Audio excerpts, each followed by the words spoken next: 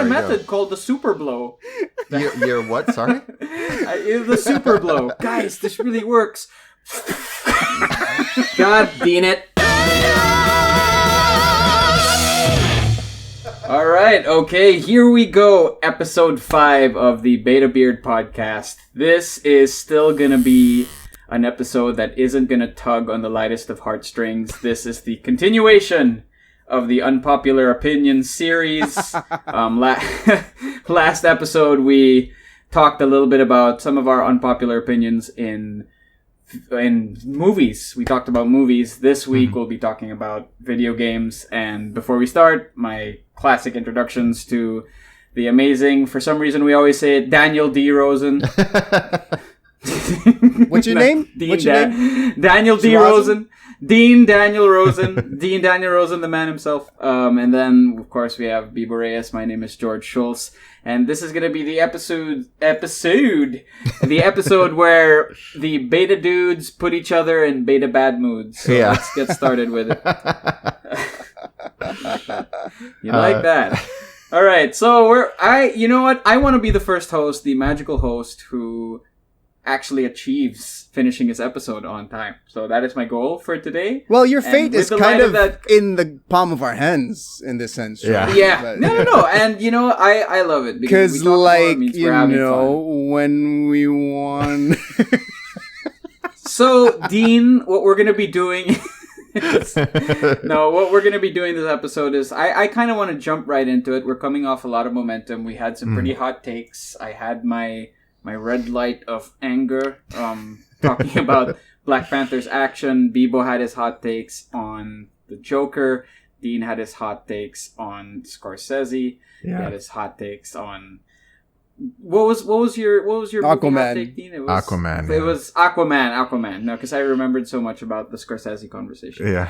So let's jump right into this. Bibo, I want to start with you. Let's start it hot. Let's put some fire into the room. This is BetaBeard Unpopular Opinions for Video Games Edition. Bibo, why don't you start the floor? I'm going to throw it right to you. All right. What is your unpopular opinion and hot take on video games? Well, I was under the assumption that we would be getting to multiple ones, but I'm going to surprise you guys for my first one. I can keep it brief so that we can cover as many as we want to. My first unpopular gaming opinion is actually a positive unpopular gaming opinion. Ooh. Interesting. And that is that, to me, Arkham Knight is the best Batman Arkham game in the series. Okay.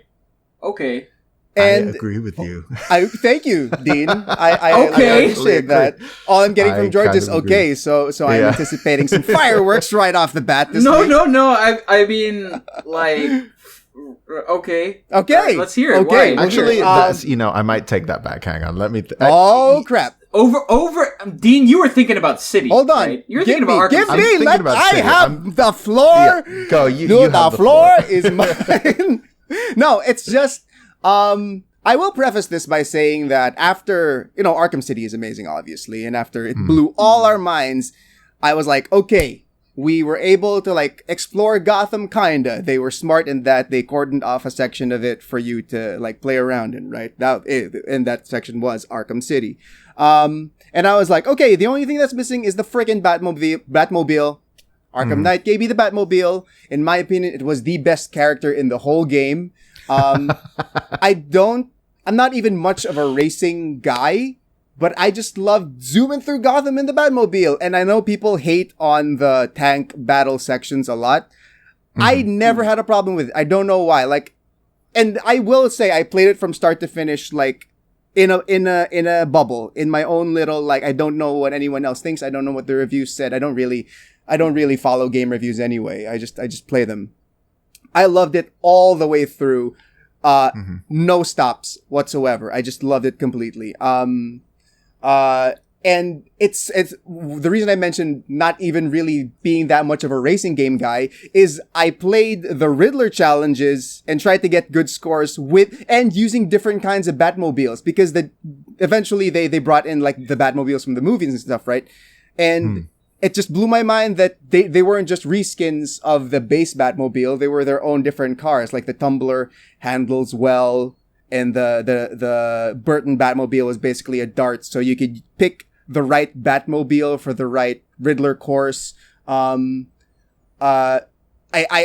myself very rarely 100% games. I 100%ed Arkham Knight also because you have the Nightfall protocol thing that encourages you to do that. But yeah, I just loved it so much. It was why I got a PS4. We all have that killer app that tells you, hey, time to get the new console because this game is coming out. And it wasn't for me. It was Arkham Knight. Story was kind of okay, but I will say, apart from actually loving the one thing about it that makes a lot of people really dislike it, or at least knock it down a peg, apart from that, I love the ending so much because of any comic book superhero story, Batman's is probably the hardest thing. The story, Batman's story, is the hardest one to end. Christopher Nolan couldn't do it properly. And in my opinion, Arkham Knight did. Especially for its medium. If it were a film or some other type of thing, maybe it wouldn't have rung as loudly for me. But the way they executed it, because your self-insert is in the game is Batman. And to have all of that happen to you, essentially, as Batman. Arkham Knight is just... I keep on wanting to just pop it in and play it from start to finish again, but I'm just like, I am not gonna advance in life if I go back to all these things that I love. So it's just it's up there for me. That's an interesting place to start. Well, there you go. In terms of unpopular because I like it. I really thought we were gonna hate on games that people love, but that is a great place to start. Yeah. I played Arkham Knight. It was I lived in Singapore for a little bit. Like I said, I played it. Yeah. I played it. I played Arkham Knight. And it inspires me to know that the makers had a fan who enjoyed it as much as you people. That's it's good. It's good. No, because like I am of the side that like after a while the Batmobile, as much as it was great and super amazing in the start, I remembered kind of I felt the repetitiveness. And it takes a lot for me not to finish a game that I really love. And when I tell that I don't have the drive to like kind of finish it anymore, that there was just something lacking that pushed me into that level. And it takes a lot. And considering I'm such a fan of the Arkham series of games. Yeah. But so Arkham Knight for me, good game. Interesting that you thought it was the best one. You didn't finish Arkham Knight? I didn't finive it. No, Wow. I didn't finish it. That's just So- it's like you're speaking No. Swahili to me, man. That does not compute to me. I've known you for a long time, and me not finishing Arkham Knight is nowhere near as bad as what you're going to be bringing up later. So, like, we can leave that leave that for a little bit later. But what I'm going to say is very calmly, I didn't finish it. But I respect your opinion. I get it though. Dean, please. I want to interested come hear- in and because I'm kind of on both sides. I think that so I love Paul Dini. Let's just get that out of the way first. I think Paul Dini, in general, has been one of, if not the best writers of Batman stories, in my opinion. 100%. Yeah, and he not only, like you said, it's really difficult to end the Batman story. Like, Paul Dini has ended the Joker story 3 times, and all 3 times have been fucking phenomenal. Right? Am I wrong about that? I'm not going to pretend to be able to rattle off what they are exactly. So would you care to list them off for us? Yeah, so basically, the first time I saw it, I don't know if this came out first, but in the Batman Superman cartoon movie, he dies in a giant smile. He dies in the ship that's shaped like a giant smile. Anyway, that was funny to me. And he, I can't remember Return of the Joker. Return of the Joker. Return of the Joker was like dramatically and thematically just like one of the best so good endings to the Joker story I've ever seen. The final line, and Paul Dini has multiple versions of this final line of the Joker. I know. There's so many versions of that movie. Yeah, which is great. So in the uncut version of what do you call it? Of Return of the Joker. It's like, that's not funny. And then in Arkham City, spoiler alert for Arkham City, we're gonna have to put this Beard. God damn it, Beard. I am vetoing it. If you haven't played Arkham City by now, then sucks for you. But yeah, and, sorry, my audio's going a bit funny. You sound good to me. Okay, but in Arkham City, it's you know what? That's really funny because he says, "Oh my God, Batman's final line to the Joker is so perfect. After all you've done, I still would have saved you." Yeah, and he goes, "You know what? That is pretty funny." So that was, and you know what, Dean? That is a great Mark Hamill as Joker impersonation. Thank you. Wow, Did not I know got you had lost in that one. I've been working on that one. No. That's primo stuff, man. Why don't you finish the rest of what you're going to say in Mark Hamill? So anyway, what I was going to say was, but I really love the complete. Oh man, I wanted to continue that. No, let's not put him on the spot. Go on, Dino. Yeah. No, we all know what that's like. But yeah, Arkham City story, fantastic. I love Paul Dini. I never really liked the story of Arkham Asylum, because it was quite video gamey. Yeah, it was pretty fanficky. Arkham Asylum was pretty fanficky, yeah. So, like, my expectations going into Arkham Knight was, I hope it's not like Arkham Asylum. I hope it's like Arkham City. And it was in between, in my opinion. So I was really, actually super impressed by it. So that's one thing. Also, I agree with you, George, that I think that the vehicle sections got a little bit repetitive. However, as somebody who, dabbles in game design and would love to, go into the world of game design one day, I will say that I really respected how they took all of the pillars of the Arkham or the Arkham gameplay, like combat, puzzle solving, platforming, and they integrated the Batmobile in all of them. That's just showing off already with game design. Yeah. That's like, we can do that with a car, whatever, So that really impressed me as well. Imagine if they did stealth. Yeah. How would that go? It's like, imagine if they found a way to be like sneak from building to building with your car and just. How would that sneak attack look? That's really funny you mentioned that, Dean, though. But that's what blew my mind and carried me through the entire experience. It's just like, wow! I was lusting after having the Batmobile in an open world Batman game. We got it, and boy, we're using it, man. Like the winch and everything. It's just in every single component of the game. And sorry to cut you off, Dean, but like just so we can move on from my unpopular opinion. The last thing I will say is Spider-Man and Batman Arkham, right? Those are the two like top tier superhero games of all time, probably. When I play those games, I really like RPing them in a sense that when playing Spider-Man, even if I'm headed to an objective, once that police scanner goes off, I am darting straight to that crime because I am Peter Parker and I am not letting that crime happen. Like, I don't care if I gotta fulfill, and a lot of gamers ignore those for sure. They don't give a crap about the random crime unless they need to fulfill like an objective or whatever, right? They just ignore them. Same thing with Batman. I like having that ability of like, I can jump in. Crime is fucked because I can jump into the Batmobile anytime and get there in a flash. And that sense of power to me just carries me through an experience, even as repetitive as it gets. I don't know why. I really don't.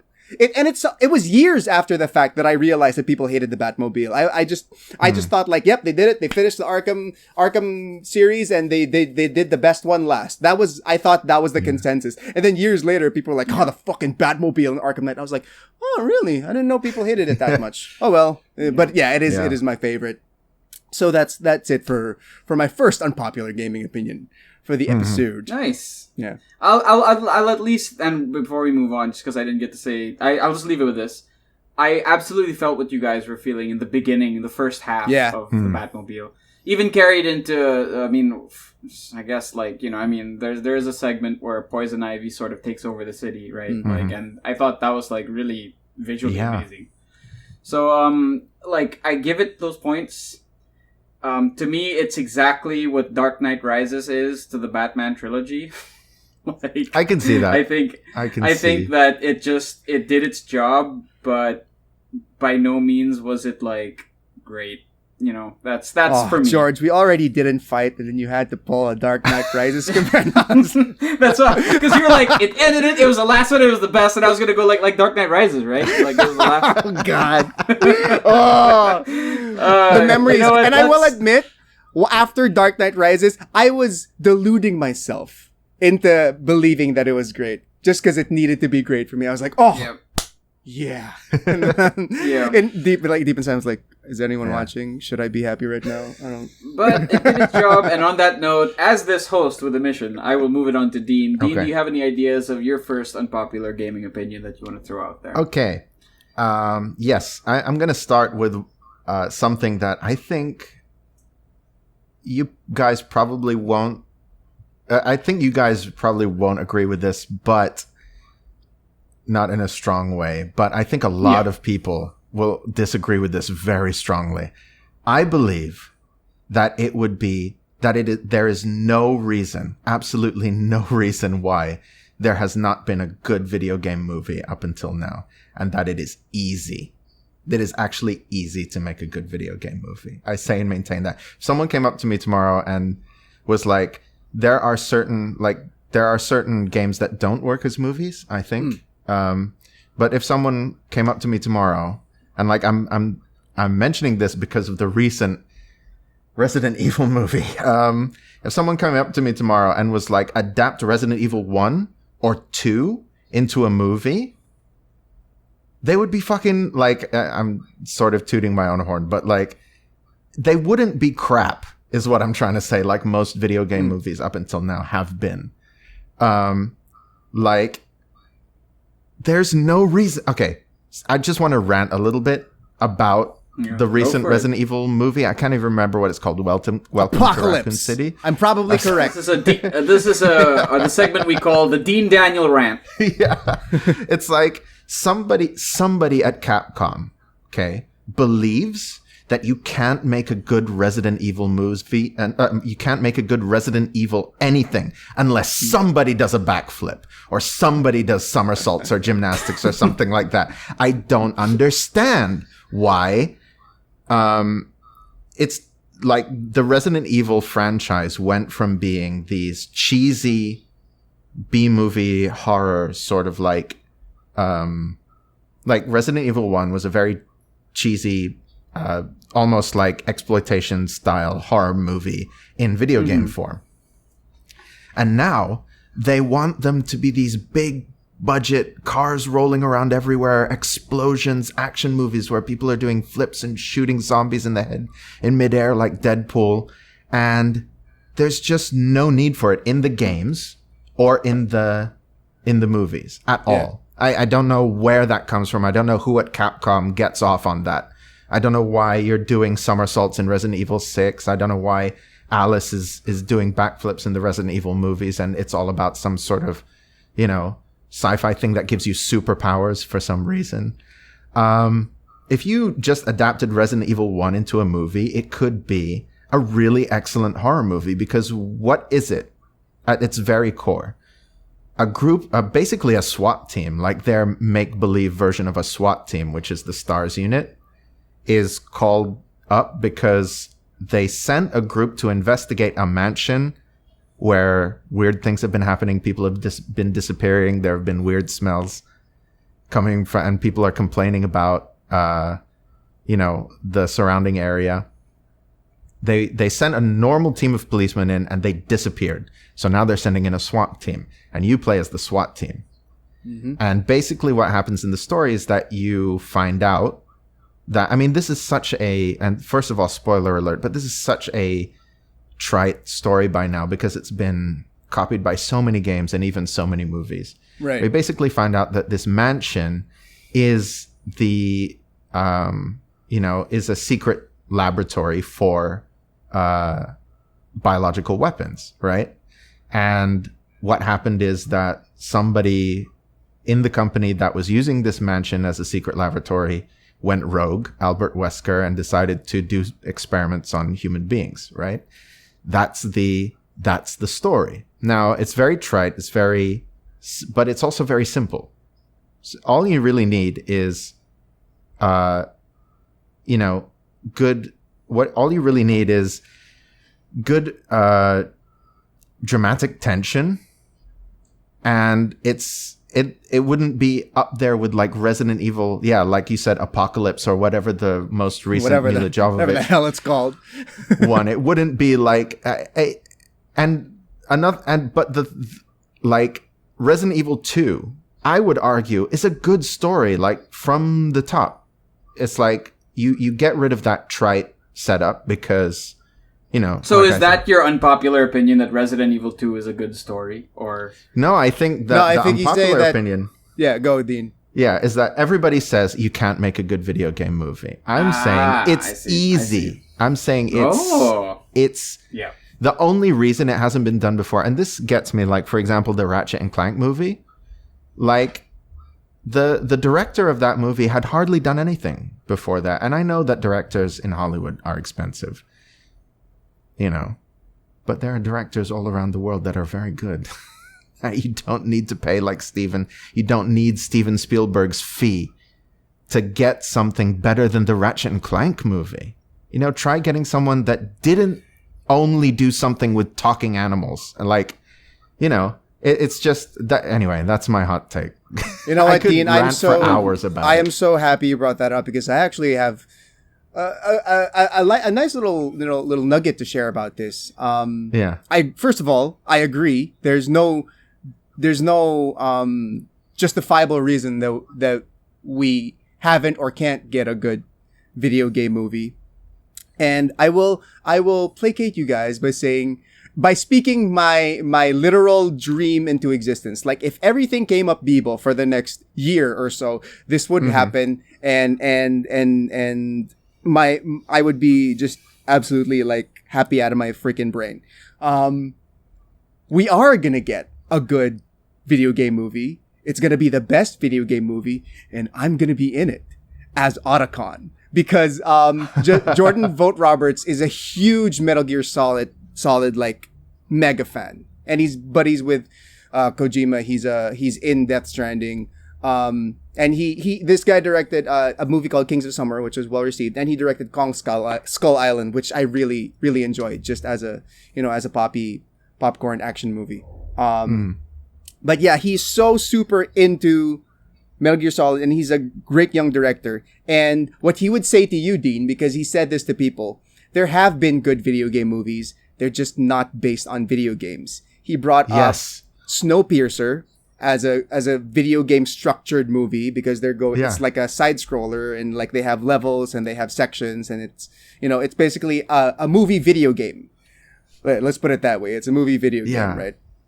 And then he brought That's such a good way of putting it. That's a brilliant way of putting it. I'm blanking now, but he brought up two other movies that are really good, that aren't really like people would probably say Ready Player One. He didn't say Ready Player One, but there's that Wreck-It Ralph, I would say, is like, Wreck-It Ralph, definitely. In a way a good, but it's still not based on a video game. So, So yeah, they're movies about video games really, as opposed to being just movies that are based on video game properties. I don't know what it is, but anyway, check out Vogt Roberts' interviews about the Metal Gear Solid movie, because my hopes are high that he will not disappoint us. He will finally deliver, and he will notice me on Instagram one day and be like, this kid knows his stuff with Metal Gear Solid. He's a good actor, and I'm going to cast him as Otacon, baby. Go pee your pants in a locker and talk about how you used to be into anime. Let's wish that into existence. I'm speaking it into existence. Like, I'm definitely the peeing my pants in the locker type. I don't know, but yeah. Okay, so we have Dean putting his resume out there for anyone who wants a really good Resident Evil movie to be made. Dean can do it. Not necessarily Resident Evil, but like basically. But you know, you've put so much research into absolutely. doing a good horror movie. And how much you love horror, The amount too. of hours Dean has put into horror over this pandemic. And I love horror, So it's a lot of So that's his thing. And yeah, Bibo for Otacon 2025. Let's go. Let's Come on, Oscar Isaac. Let's be buddies. That in there.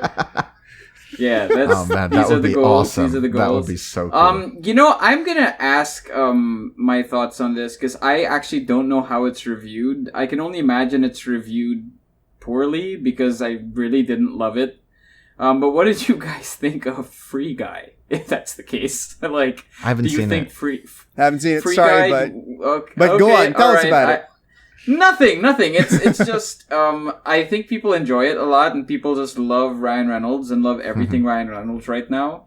And I just really didn't love Free Guy, and it was a video game movie trying to do everything. Like, it had the Fortnite weapons and stuff, and it was just like it had a lot of budget, and Taika Waititi was in it, and you know we all love him. Yeah. So anything Ryan Reynolds and Taika Waititi is just like on its surface seems like a really good idea. Mm-hmm. But I'm gonna scrap talking about that because you guys haven't seen it, and just make my comment on what Dean said, which is take this as my opportunity again to be like, y'all, watch Arcane. Yeah, no, that's based why on I the said Arcane first is a video game prop. Based on the first step. Arcane is a video game property that has defied the odds and not just created something that is video game based and broken that ceiling, as Channing Tatum would put it. It's shattered that like glass ceiling of like really showing what video game stories can like. Sorry, really, just really showing what video game stories can do.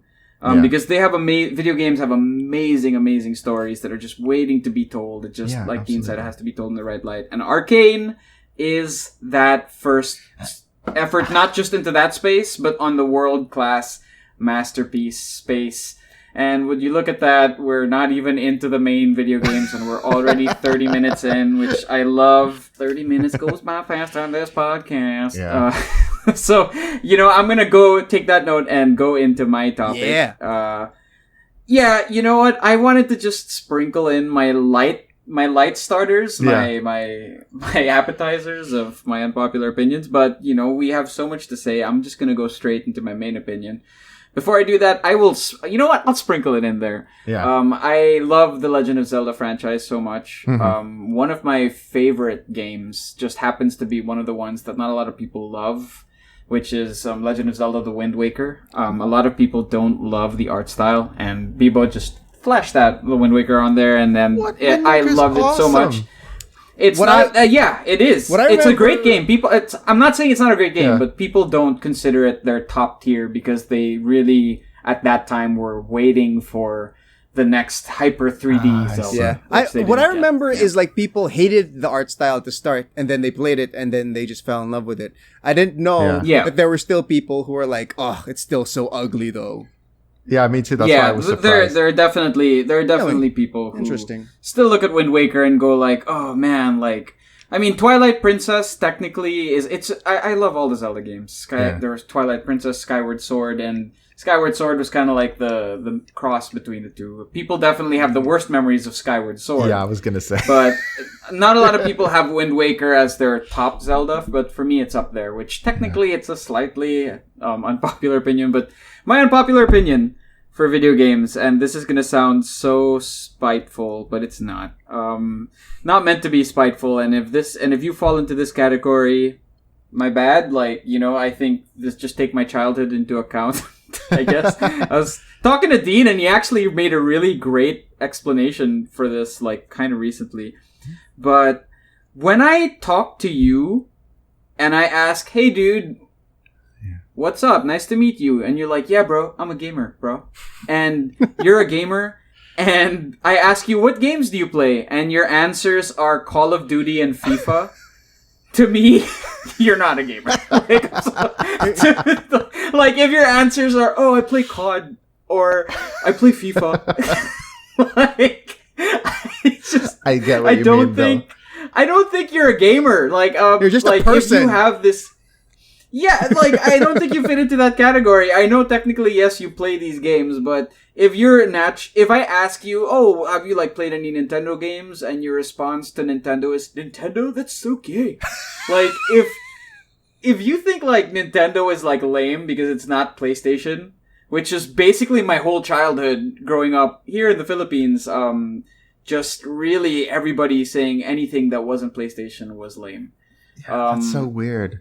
And yeah, so yeah, for me, those are my two. I think Call of Duty and FIFA are just, they're part of what started introducing this world of freaking roulette. Yeah. Roulette reward systems that you pay for microtransactions. Yeah. They kind of started rolling that in, and I will forever be really, really spiteful about that, because games kind of lost that whole like, that there was a lot of pride before when game engines, and back in the PlayStation 1 days, the N64 days, when game engines didn't all have to run under like Unreal Engine, or you could really, each game had its own engine.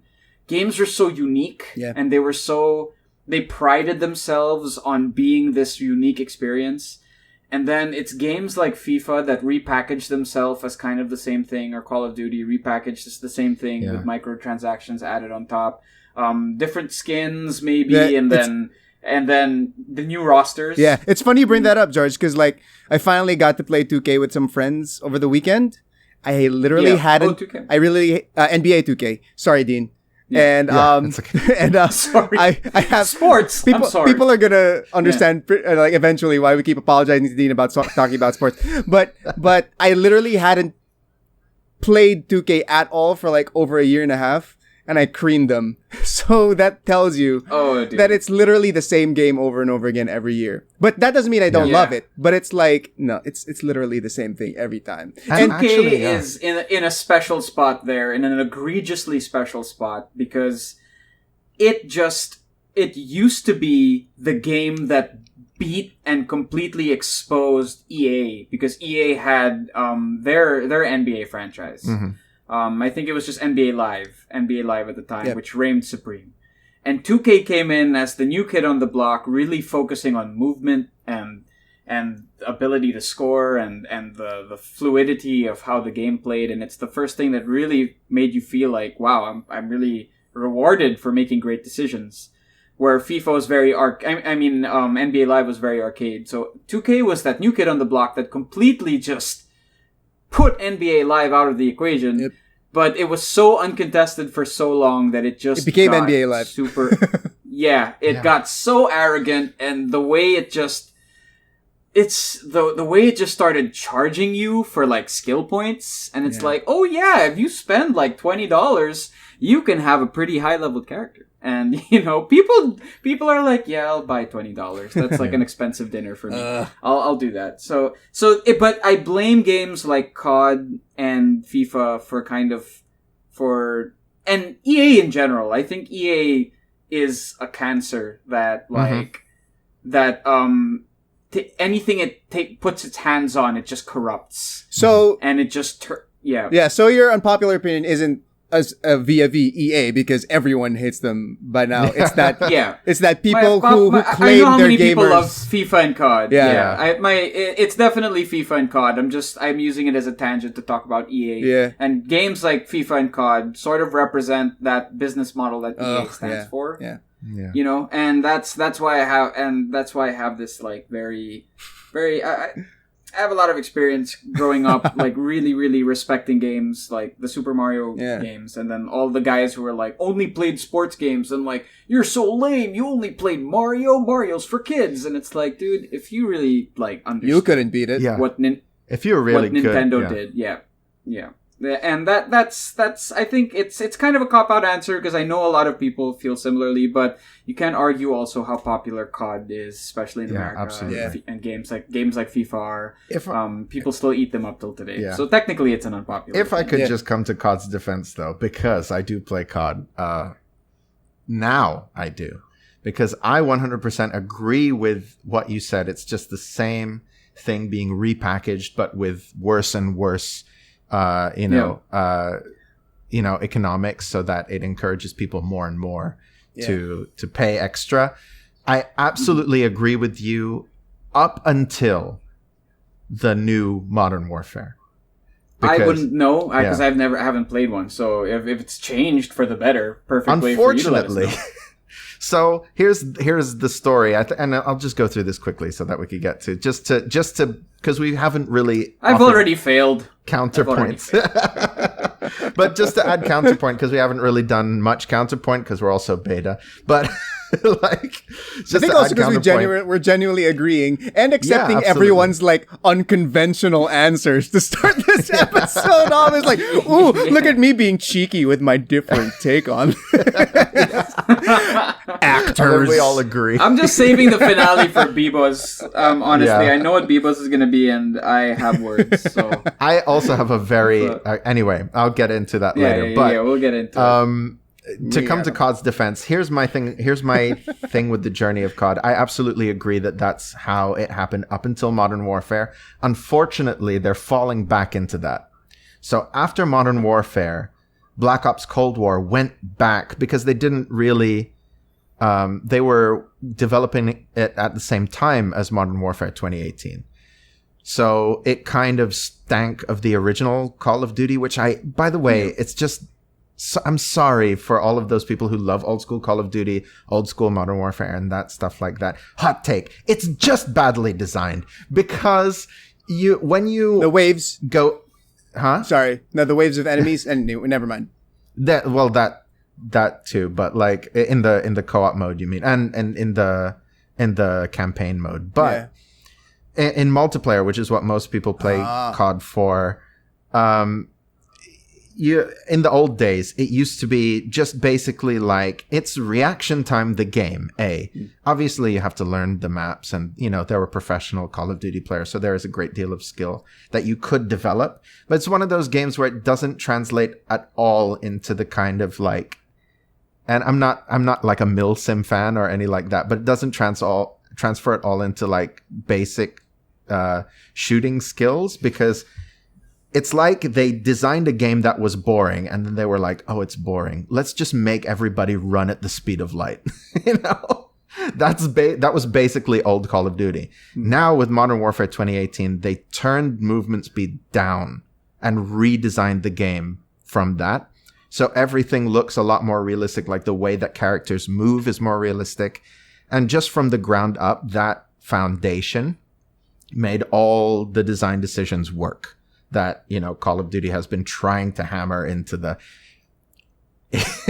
franchise up until now. However, Black Ops went back because they were developing at the same time, and now the new Vanguard is just Modern Warfare 2018 again with some changes. So they're kind of falling back into that whole. I see. Oh, we'll just do the same not thing. Helping the argument. I mean, these are the developers who are able to freaking redesign Roman numerals. So there's nothing that's beyond their grasp. That was so funny. I'm just like, what? What number is this? The beta in me is gonna come in and just say, like, for those people who are watching and happen to only play COD and FIFA, go away. We don't want. I'm sorry if that's your life as a gamer, like you only play COD and FIFA. But if you just happen to fit in that, no offense, dude. We said it's unpopular opinions, whatever. The truth is of the world, I get it, the world we are in today. If all you play is Candy Crush, technically you're a gamer. Like, because you play games, and you put time and you sink time into games. Right. I think the 90s kids who, like, grew up with video games, we grew up as video games evolved, like, cartridge blowers. We came in to the, exactly. Everybody had their own like style of blowing the cartridge. People won't even get like, what do you mean? What is a cartridge? I had a method called the super blow. Your what? Sorry? The super blow. My cousins would know it. Like, it was like, right. I had this like really like, guys, this really works. And And like it would work for a time. And then we didn't realize that it was just a while that my saliva would corrode The rust. like we were kids. They were like, "Wow, George is the magic like." Oh my god, it's so bad to say the super blow. George is the cartridge blower. I really blew those cartridges. But the point is, we grew up with the end of like the NES, going into the Super NES, going into the N64, into the GameCube. We grew up as video games grew up, and we got to witness their emergence from simple blocks playing tennis into what we have today. Yeah. So if my standard for what you are in respect to the world of gaming feels a little elitist, That's because it is. Definitely... yeah, you know what? You're right. It's because it is. I grew up with the rise of Nintendo. I watched as video games evolved. I watched as Electronic Gaming Monthly would release and announce the disc expansion for the N64 that eventually turned into the PlayStation 1. So, Yeah. you know, I mean, I grew up with that, you know? So, shows my age, but if those are the games you play, it's fine. Like, sure. Cool. Go, you gamer, I wouldn't want to watch your review channel. You go play COD and FIFA and then play with your jock friends, because that's where we are today, right? Like, that the MCU has made geek culture pretty cool by normal standards for everyone to kind of get into geek stuff. I just noticed that more often than not, if you play COD and FIFA, you're also really down to like play some beer pong, you know, which is cool. I enjoy beer pong. Hey, who doesn't love beer pong? Yeah. I love beer pong. I'm such a sucker for beer pong. I suck at it. Same here. I suck at it. I suck at beer pong and I blow cartridges. That's so on that note, George the cartridge Bibo, blower, pong sucker. Why don't you take the finale? Why don't you take the finale with your final unpopular video game opinion? Jeez. That I know what's coming. I'm prepared. You know, I don't see this as me taking the finale. I see this as us all like coming together in communication and brotherly love and understanding. Sure. Okay. Do it. No, you know, in contrast to the bombast of my unpopular movie opinion when it came to Joker, which, by the way, I don't think that people who liked the Joker movie are boring or blasé. That was just me being like, so aggressive, dude. No, anyway. It's like, you're boring. I just hate it. Okay, just leave me be. Anyway, in contrast to that, okay, we alluded to it in a previous episode. I will say this. I will phrase it this way. I do not get the love for The Witcher 3 Wild Hunt. And when I say that, what I don't get is I can see I see two beards shaking in the breeze as I say that. What I don't get is this is my reality, and maybe you can pare this down for me. I don't know. This is just what I perceive. All right. Mm-hmm. I've tried to play it twice, and I sold it the first time I tried it, and then the second time I tried it was on PlayStation Now, and I just couldn't, guys. And we'll get into how far I got later on. It wasn't that far, but my reality is when I see a video essay, some type of tier list or whatever that is about or even slightly alludes to The Witcher 3 Wild Hunt, all the comments under it are, oh my God, I did not know what life was like until I experienced this beautiful masterpiece. Oh my God, the greatest story ever told in a video game. This is the greatest video game ever. Fuck everything else. Nothing will fulfill any gaming standard beside The Witcher 3 Wild Hunt. And I was just like, y'all on something. And you gotta pass that over because I do not understand what you're saying, guys. So please enlighten me. I won't say I hate it because I don't know. I'm just ambivalent to it. It's just like what makes me riled up, not necessarily in hate, is that behavior around it. That like people just put it on such a pedestal that like, you know, it's up in space and it's like, I don't understand. Interestingly, none of us put it as one of our favorites, but actually, and this is going to make you mad, Bibo, I actually regret that because I just couldn't. Same. Didn't think about I it. regret it too. I held that back for this moment. I held that back to not be in my favorites. To be able to be like, well, guess what? It is. It's like not just one of my favorites. It's at the top. Oh, Really? God. It's your favorite. It's one of the top. Yeah, it's one of the best games ever made. You like it Okay, more than so- Final Fantasy VII, George. You're telling me that right now. The This is on Witcher? video.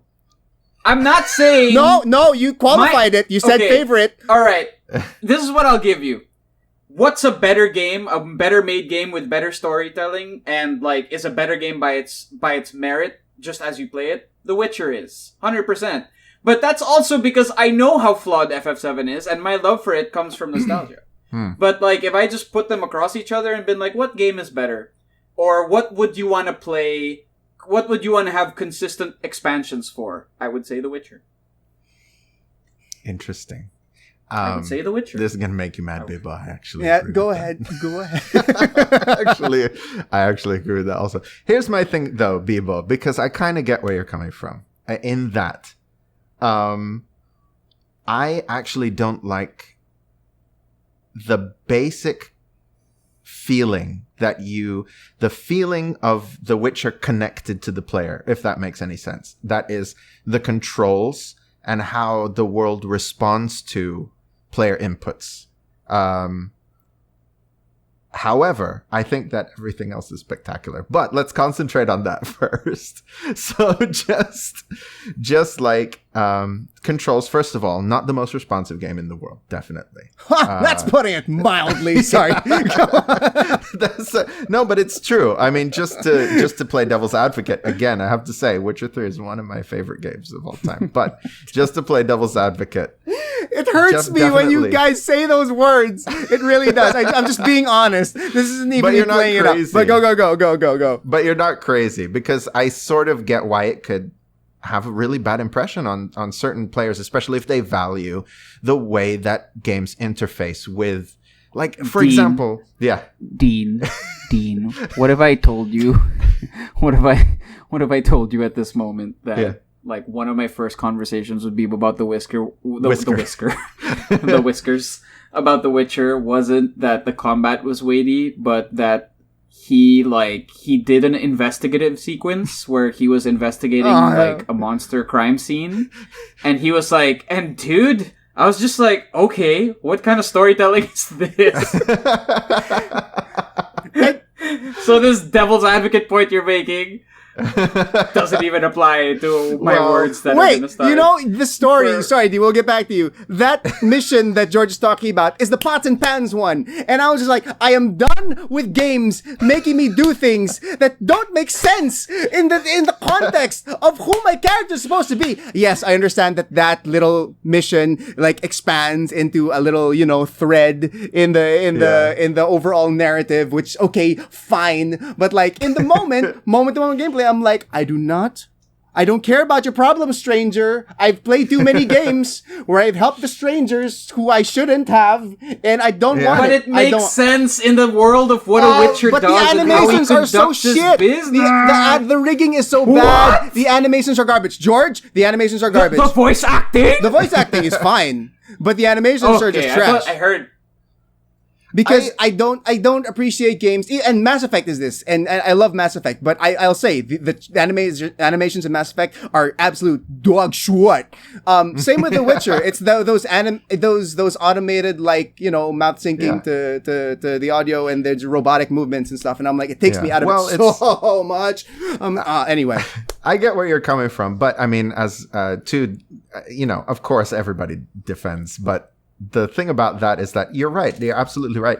They are automated. And that's because for this genre of that The Witcher wanted to, basically it wanted to be an expansive RPG. And that's different from a short RPG, right? Even Mass Effect, right, is only really a 20-hour RPG. And the storytelling has more in common with a film than with, let's say, a JRPG. Whereas The Witcher, it spreads out cause and effect in its script over so many more hours because it demands exploration. And because of that, the game basically has 300 hours of dialogue. So it has to be automated. Right. And yeah. but I completely get where Slap it with facts. if you're looking for that like Uncharted experience, obviously you're not going to get it with a game like The Witcher 3. But I will say that in terms of how they handle the animations, like of course it's not going to be on the same level as Naughty Dog or like Sucker Punch or those people. Yeah, especially if that's what you're expecting. Yeah, because sorry, go finish your point, Dean. I'll go off from there. Yeah, but because even though, like for example, Ghost of Tsushima, fantastic open world, not really it's not an RPG, but it's an open world game with multiple quests, side quests, but they have no differing consequences. Everything is sort of set in stone, and that allows them to put a lot more time and effort and resources into the individual parts of it, especially because it's only like 20 hours. So, yeah. Anyway, it's to me, and of course, I've always heard about how like your choice. It's if you're looking for a choose your own adventure type of like skeleton, right? That this is like the ultimate experience as far as that is concerned, because your agency in the world is just so like you feel it by the end. So I've heard, and so you're telling me now. But it's just like, if the game itself, if like the moment to moment the gameplay for me doesn't tide me over to get to there, I just can't invest time in it. I mean, I was, the second time I tried playing it was on PlayStation Now, and I got to that point where you meet up with a naked sorceress lady whose parts are just hanging out all the time. For some strange reason, I felt so uncomfortable. And then you have to like you need her help to find some elf, I think, or some whatever. It was to that point, and I experienced the same thing over again. When I first bought it, I knew nothing about it, and it wasn't because it didn't meet any expectations that hadn't been set for me. I was just like, the game, and I wouldn't even say I'm such a gameplay guy, because I play just story games. Like I played Until Dawn on PlayStation Now. Heavy Rain is one of my favorite games. And these are stories that I'm sure, even though as much as I am ambivalent about The Witcher, I'm sure the stories of these games have nothing compared to the tapestry of The Witcher. Everything else in the franchise included, right? But just the game itself is just so... And I've had this conversation with you guys before too, right? I have the same opinion about Horizon Zero Dawn. It just feels like such a game. Like, the criticism people have with Ubisoft games? That's the feeling I get of just like, there's nothing that's engaging me in the moment to moment. So why should I care about why the lady with the pots and pans, why her pots and pans were, connected to this little branch of this little thing. And it's just just make me watch a movie or a TV show or something, like it doesn't have to be a game for that story to be great for me. Like, that's it. That's all. Can I just ask, did you play it on like hardcore mode?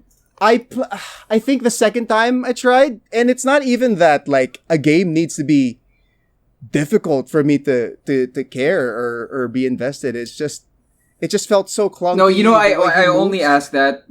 I only ask that, Beebs, because like normally I am the biggest fan of games that don't give you easy, normal, and hardcore. They just give you their game. Like, play our game. This is it. Like, it's not New Game Plus. It's not hardcore.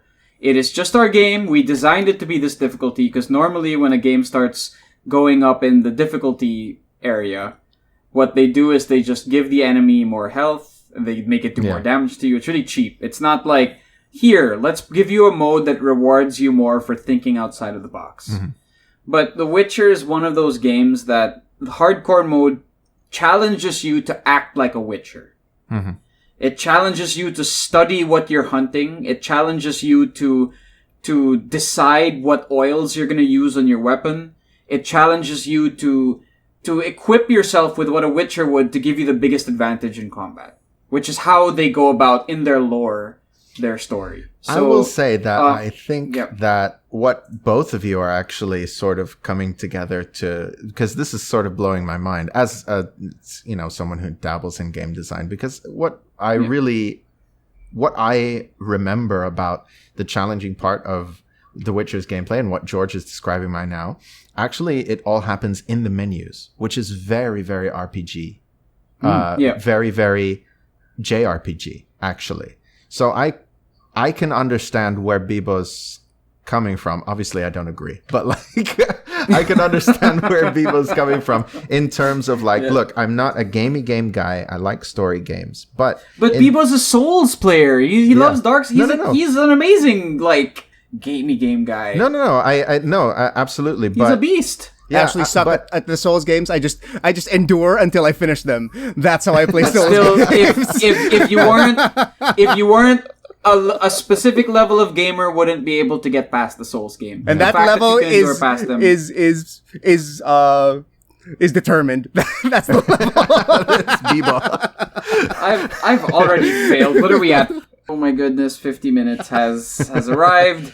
But let's argue to the end here. Bibo, you've made your points. And Dean, I love that you're on my side with this. I will just say this about The Witcher, because I really need to say it. It needs to be said.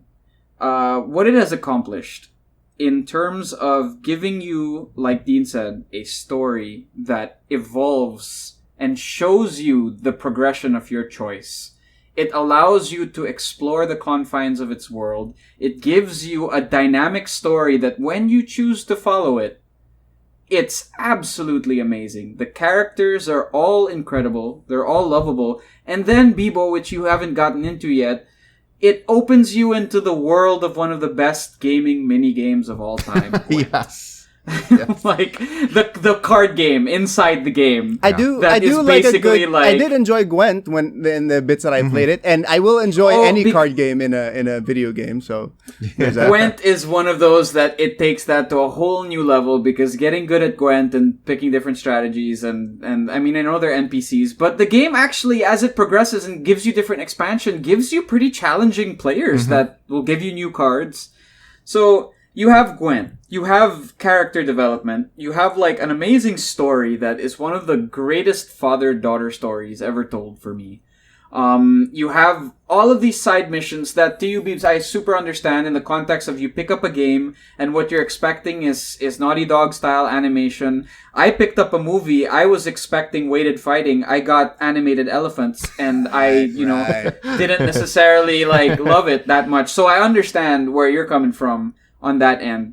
But if you can just see the game for what it is, if you're blessed with the opportunity to have the time to sink 100+ hours into The Witcher, see the game for what it is, explore every side story that it presents you with, understand how your choices affect the world, see the progression of the story, get into the Nordic region where you're sailing in the ocean, and that first time that you're just sailing in this boat, and then a whale pops up beside you, and your balls just kind of like, and you're like, was that a fucking whale? That just like, and then you're just sailing, and then the music, and the way that the world presents you with the weight of the rain, the environment makes you feel in it. I would say that The Witcher is just... I wish I could convince you to progress and endure in The Witcher. I get that. Like you did in the Souls games. I know it's not your cup of tea. No. What I was going to say is, I think the only way is if the three of us were able to go into a Dragon Ball like time chamber thing and be able to sink hundreds of hours. And you guys take me step by step, beat by beat. Okay, this is why this is great. This is why this is great. I'll be like, okay, I kind of see what you're getting there. I think that's the only way I'll really appreciate it, because just the designs, the animation, everything, just and the gameplay, all those are negatives to me, and they all add up into a crappy experience just from a user perspective. Have you seen The Witcher on Netflix? No, I I am so ambivalent to the game that I'm not gonna. It's just it might be a great starting point for you to understand I really don't need it in my life, really. But like, what? But this is the way you love Henry Cavill. This is I like Superman. And Henry Cavill's a beautiful human. But will be my final point. Everything you guys have said, and I know that like, as they're very different games, and one is a bit more user friendly. And one is like very, time intensive, and it takes, I don't know. I still don't get why people love it, but the way you guys are talking about The Witcher, I would say is, and I know you guys will get me when I say this, because I know you guys love the game too. The way you guys talk about The Witcher is the way I feel about Ghost of Tsushima. Mm-hmm. I always had to make sure that my blade was clean. I always had to make sure my horse was happy. All those things, even though it's very light as far as, Doesn't it hurt so much when you jump and your horse just like... just crashes. Face plants, and you're like, I'm sorry. Yeah. I'm sorry, that didn't look like that high a jump. That didn't. I'm sorry. So as far as being an RPG, it's obviously not as deep as The Witcher. But as far as selling me on the world and just making me want to live in it and want to explore the threads of my actions and the side quests and the storyline, as limited as it is, it's still a pretty linear game compared to that. That's the feeling that I get from Tsushima. Mm-hmm. And I just couldn't get into The Witcher to love it as much as I love Ghost. So maybe that lets you understand it a bit more. Mm-hmm. Yeah. As betas, I will respect that opinion, but on that note, we are coming at it. So I'm going to take this point, and Bibo just having his final piece with The Witcher. You heard his thoughts. You heard our thoughts. On this note, if you liked the video, if you've been enjoying BetaBeard, show it to a friend who might be a geek. Like, subscribe, any way you could share just to get our thoughts out into the world would be awesome. Also, leave in the comment section, what are your unpopular gaming opinions? What are your unpopular movie opinions? We'd love to hear it. That's all the time we have for this episode. Stay tuned for next week as we hit BetaBeard episode 6, where the master himself of the beautiful voice, Dean Daniel Rosen, will come in and be leading us into his ASMR edition part 2. But that's all the time we have. That's BetaBeard. Later, guys. Take care, everybody. Thank you for watching.